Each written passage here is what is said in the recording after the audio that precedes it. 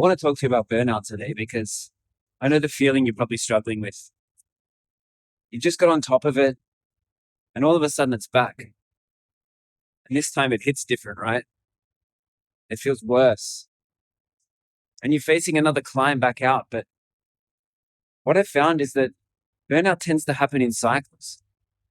It does come back unless we actually address the core reason why we're getting burnout in the first place, instead of just looking for quick fixes.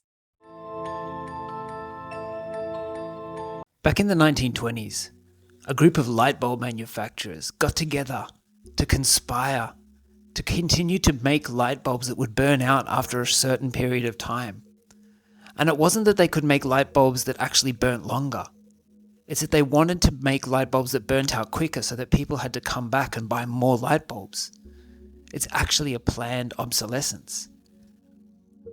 And the thing is that we build in this planned obsolescence into our own life when we deal with burnout, often without even realizing it. We set ourselves up for failure. This was happening to me. I was getting burnt out. I was trying to take on too much. I wasn't managing my life and designing my life in the way that I wanted to, and it was really starting to impact my health. I was getting tired and I was getting stressed. And every time I thought I dealt with the burnout, every time I thought I'd got on top of things and things were starting to look like they were going to improve, sure enough, within a couple of weeks, I'd be back at the start. The burnout would be back and it would be hitting harder. And sometimes I would face this and it would be daunting. I thought I'd fixed it. I thought I was back on track. I thought I was getting to where I needed to get to. But then there it was again, kicking my ass harder than it ever had before. But when I stopped and really looked and saw what I was doing, saw what was actually happening to me, I realized that I was setting myself up for failure. I was actually inviting this burnout to come back through this planned obsolescence without even realizing it. Because what I was doing was going after the quick fix. I was looking for an optimization, a solution that would just deal with the problem immediately. But what I've come to find out is that you can't optimize your way out of a misaligned life. If your core, if your true self is misaligned, if something about you is not quite aligned correctly, then no amount of improvements, no amount of optimizations, no matter how good, are actually going to deal with that problem. And through my own experience and what I've seen through the people I coach, this happens all the time to us.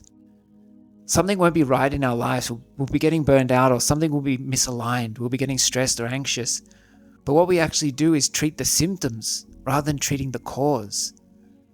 We'll find some app or some system or some self-help book or some sort of optimization device that will help us to improve what we're struggling with. Perhaps we're having trouble sleeping, and so we get a sleep app and it helps us to improve our sleep in the short term.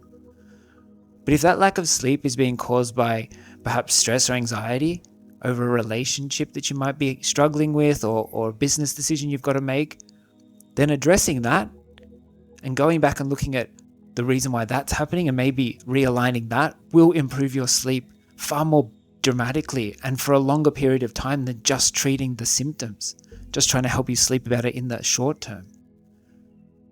We build in this planned obsolescence without even realizing it because we just go for that quick fix. And I know that going back and actually spending the time to really see what's going on in your life is hard. Sometimes it's confronting.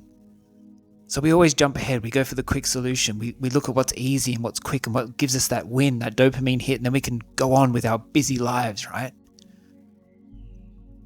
But I'd encourage you to not do that.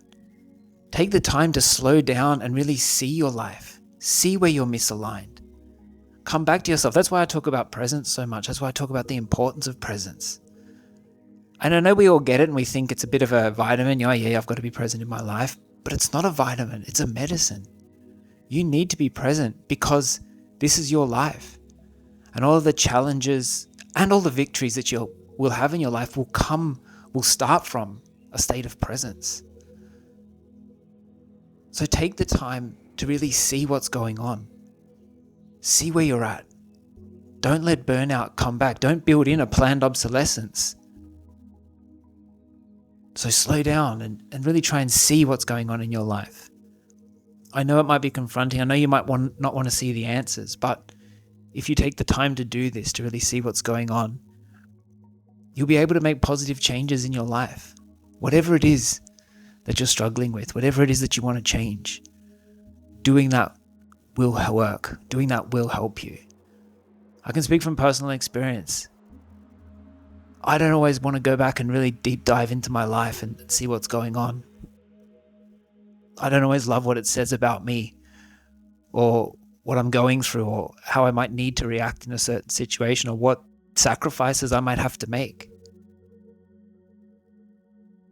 But all I do know is that every time I've avoided doing that, I've only made matters worse for myself.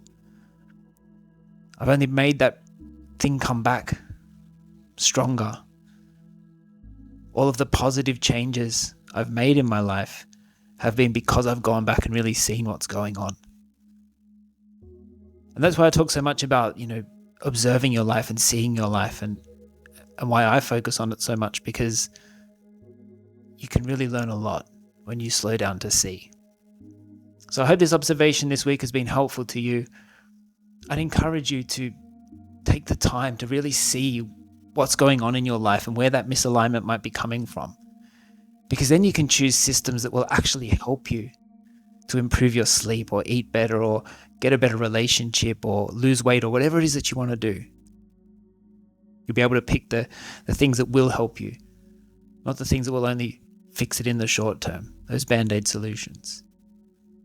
So I hope that's helpful. If it has been, please subscribe, leave a comment down below, and I'll see you in the next video. Thank you for watching.